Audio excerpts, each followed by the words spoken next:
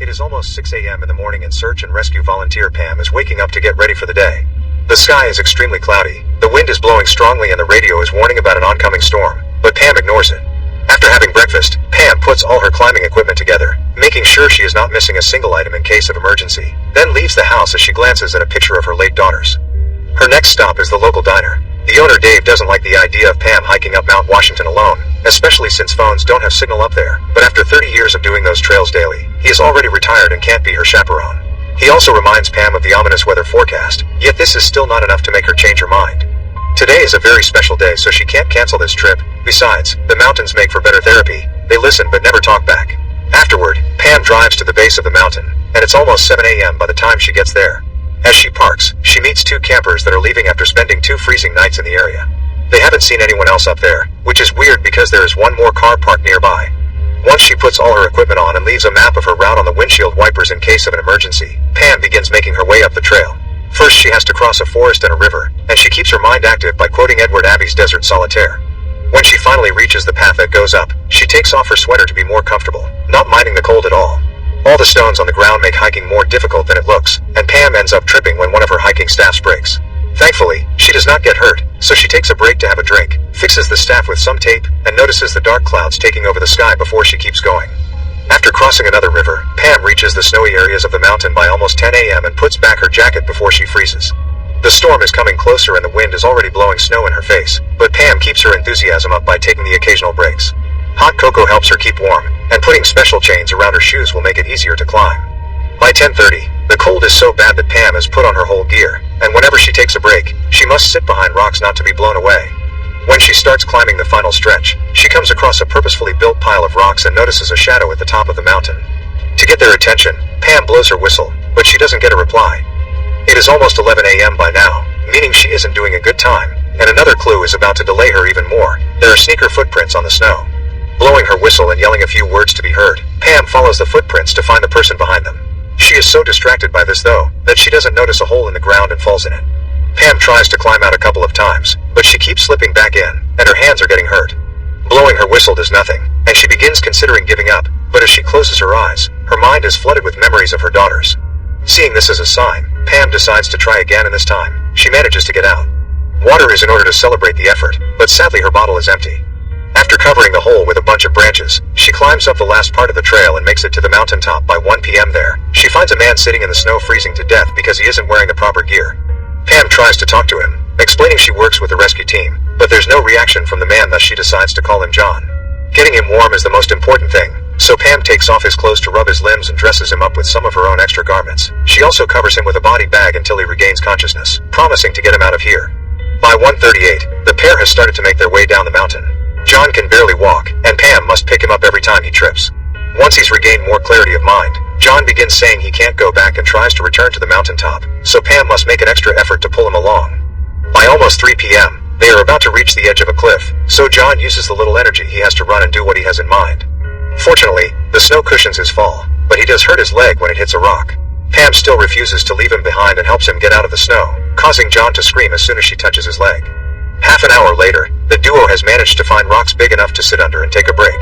Pam has to stop John from eating snow because that will dehydrate him more, and tries to distract him by asking him if there is anyone waiting for him. John confesses he has a cat named Cat, and Pam chats a bit about pet preferences before insisting to get going again. 3:30 is late for this trail standards, and they need to get below the tree line before dark. They don't want to be up here when night falls and the temperature drops 20 degrees. By 5:30, they finally start seeing some trees. This area is pretty steep and John is quite tired, causing him to trip and roll down the hill, bumping into Pam and dragging her with him. With his mood getting worse, John once again says he can't keep going and tells Pam to leave him alone, but she refuses. Now that they're among the trees, the wind isn't hitting them on the face, so Pam takes the chance to take a closer look at John. Explaining she is a nurse, she offers him some pills, hot cocoa, and some chocolate before checking out his wounded ankle. It's swollen up a lot, thus Pam bandages it up and then covers it with her last pair of extra socks. Seeing Pam's jacket clearly now, John finally understands she is part of the rescue team, but he is disappointed to hear that the lack of signal here means there won't be a helicopter or backup coming. Thinking they aren't going to make it, John starts crying, but Pam promises him once again that she will take him home. Walking through the forest doesn't turn out to be as easy as it should because of John's ankle, and Pam has to keep him from falling asleep. By the time they reach the river, John can barely walk, so he has to cross the water by crawling on a fallen tree. Unfortunately, both John and the tree are wet and slippery, causing John to fall into the river and be dragged away by the water current. Pam follows the path next to the river, making it to the mouth by 6:10, meaning it's already pretty dark. Thinking she has failed, Pam begins crying, but then a noise alerts her of something in the water. It's John, who is barely unconscious and holding onto a rock. Pam doesn't hesitate to get into the pond to drag John out and hug him tightly, as both admit that it had been pretty scary. By 7:13, the duo can see the road in the distance, and Pam encourages John to sing in order to forget the pain as she helps him to walk. She actually likes the song he chooses because it reminds her of her daughters. By 10:44, after John has put on the bag to stay warm, the pair is crossing the forest when Pam sees a car driving down the road. She runs after it to try to stop it and ask for help, but sadly, she isn't fast enough. John freaks out, thinking he's been abandoned, so when Pam finds him again, she needs to convince him once more that they have to keep moving. It is almost 11:30 when they finally reach the cars. Pam leaves John resting against the trunk while she starts the engine and turns on the heater, but instead of waiting, John runs to his own car and drives away. There's nothing she can do to stop him, so Pam returns home and quickly takes care of her body.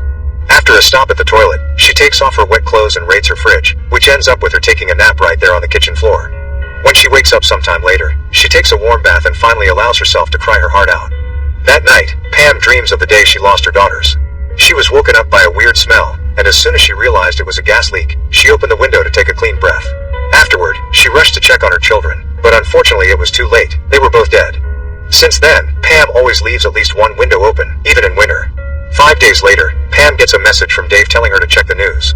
It turns out she's famous now. John has told the police his story, and journalists didn't take long to find out who the lone woman that saved the depressed man was, although John himself asked to remain anonymous. Pam hears her name on the radio and sees her pictures in various articles, but has no interest in contacting anyone for fame. She continues her routine of hiking up the mountain trail as she waits for a call from the local police with an answer to her request, but sadly their message isn't helpful. When John filled his report, he didn't offer his real name or a phone number. One afternoon, a reporter called Patrick shows up at Pam's house. She tries to tell him she isn't the woman from the news, but Patrick has seen her picture so he doesn't believe her. Seeing as she has no other choice, Pam invites him in and answers his questions. She hasn't heard a single word from John, and she doesn't think it matters why he had been on top of the mountain in November with few layers of clothes. Patrick wants to find John, thinking he may have something to tell Pam, but she thinks if John would have wanted to tell her something, he would already have. A few days later, Pam goes to Dave's diner and finds John waiting for her. He gives her back her clothes, asks her to keep calling John, and comments his ankle is healing well. Afterward, he finally explains what was he doing on top of that mountain. A year ago, John lost his girlfriend, and he started to have trouble picturing her face even if he can describe it. He also began wondering what dying means and where the dead go. When Pam found him, John had gone back to the mountain to look for his girl and realized that he didn't need to actually look, he only had to wait and she would come for him. Instead of hearing her though, John heard Pam, and he's very grateful for that. In return, Pam tells him the story of how she lost her daughters and confesses back then, she had wanted to end things just like him. John wonders if it ever gets easier, and Pam tells him that even in a storm, there is so much beauty. Later that day, Pam goes through some memories of her girls and hikes up the mountain again to see the beauty of the sunset. The real Pam went on to raise 4 children. At 67, she left New Hampshire to become a dedicated patrol volunteer in various national parks in the western U.S. John is a constant reminder to Pam that it only takes one person to change someone's life, and he changed hers. Make sure to subscribe and turn on notifications so you can watch more videos like this. Thanks for watching.